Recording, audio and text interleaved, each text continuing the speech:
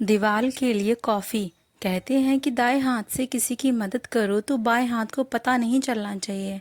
ये एक सिर्फ कहावत नहीं है। अगर इस तरीके से सभी लोग जीवन जीने लगें तो समाज के पिछड़े लोगों को जीवन में खुश रहने का मौका मिलेगा। चलिए इस बात पर एक कहानी पढ़ते हैं। जापान के टोक्यो शहर के निकट एक कस्बा था जहाँ के लोग काफ़ी खुशहाल जीवन जी रहे थे। वो कस्बा अपनी खुशहाली के लिए अन्य कई कस्बों में प्रसिद्ध था। अन्य कस्बों के लोगों ने हमेशा खुश देखकर काफ़ी हैरान होते थे और उनकी खुशहाली का कारण जानना चाहते थे।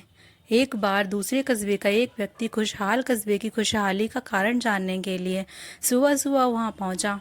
कस्बे में प्रवेश करते ही उसे एक कॉफ़ी शॉप दिखाई दी। उसने तय किया कि वो उसी कॉफ़ी शॉप में बैठकर चुपचाप लोगों को देखता रहेगा, उनका निरीक्षण करेगा। वह धीरे धीरे आगे बढ़ते हुए शॉप के अंदर लगी एक कुर्सी पर जाकर बैठ गया। कॉफ़ी शॉप के शहर के बाकी रेस्टोरेंट की तरह ही था। उस शॉप में बाकी सब तो सामान्य था, पर वहाँ उसने लोगों का व्यवहार कुछ अजीब लगा। एक ग्राहक जो उस शॉप में आया उसने 2 कॉफ़ी के पैसे देते हुए कहा, 2 कप कॉफ़ी, एक मेरे लिए और एक उस दीवार के लिए। व्यक्ति की तरफ देखने लगा, लेकिन उसे वहाँ कोई नज़र नहीं आया। पर फिर भी उस आदमी को कॉफ़ी देने के बाद वेटर दीवार के पास गया और उस पर कागज़ का एक टुकड़ा चिपका दिया जिस पर 1 कप कॉफ़ी लिखा था। व्यक्ति समझ नहीं पाया कि आखिर माजरा क्या है। उसने काफ़ी सोचा, लेकिन फिर भी वो इस गुत्थी को सुलझा नहीं पाया। उसने सोचा कि कुछ देर और बैठता हूँ और समझने की कोशिश करता हूँ।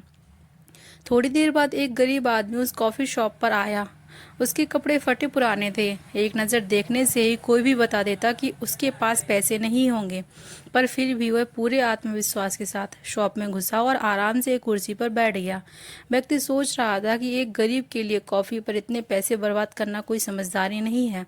तभी वेटर मजदूर के पास ऑर्डर लेने पहुंचा। सर, आपका ऑर्डर प्लीज़, वेटर बोला। दीवार की 1 कप कॉफ़ी, गरीब ने जवाब दिया। वेटर ने मजदूर से बिना पैसे लिए 1 कप कॉफ़ी दी और दीवार पर लगी ढेर सारे कागज के टुकड़ों में से 1 कप कॉफ़ी लिखा एक टुकड़ा निकालकर डस्टबिन में फेंक दिया। ये घटना उस कॉफ़ी शॉप में दीवार के लिए कॉफ़ी का सारा किस्सा व्यक्ति को समझ आ गया। कस्बे के लोगों का ज़रूरतमंदों के प्रति यह रवैया देखकर वह भाव विभोर हो गया। उसे लगा, सचमुच लोगों ने मदद का कितना अच्छा तरीका निकाला है।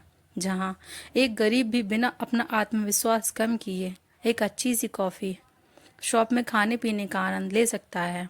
अब वह कस्बे की खुशहाली का कारण जान चुका था और इन्हीं विचारों के साथ वापस अपने शहर लौट आया। दोस्तों, ये किस्सा भले ही जापान का है, लेकिन हमारे देश की भी यही परंपरा रही है। दया, दान, ये सब हमें भी हमारे पूर्वजों ने और हमारे ग्रंथों ने सिखाया है।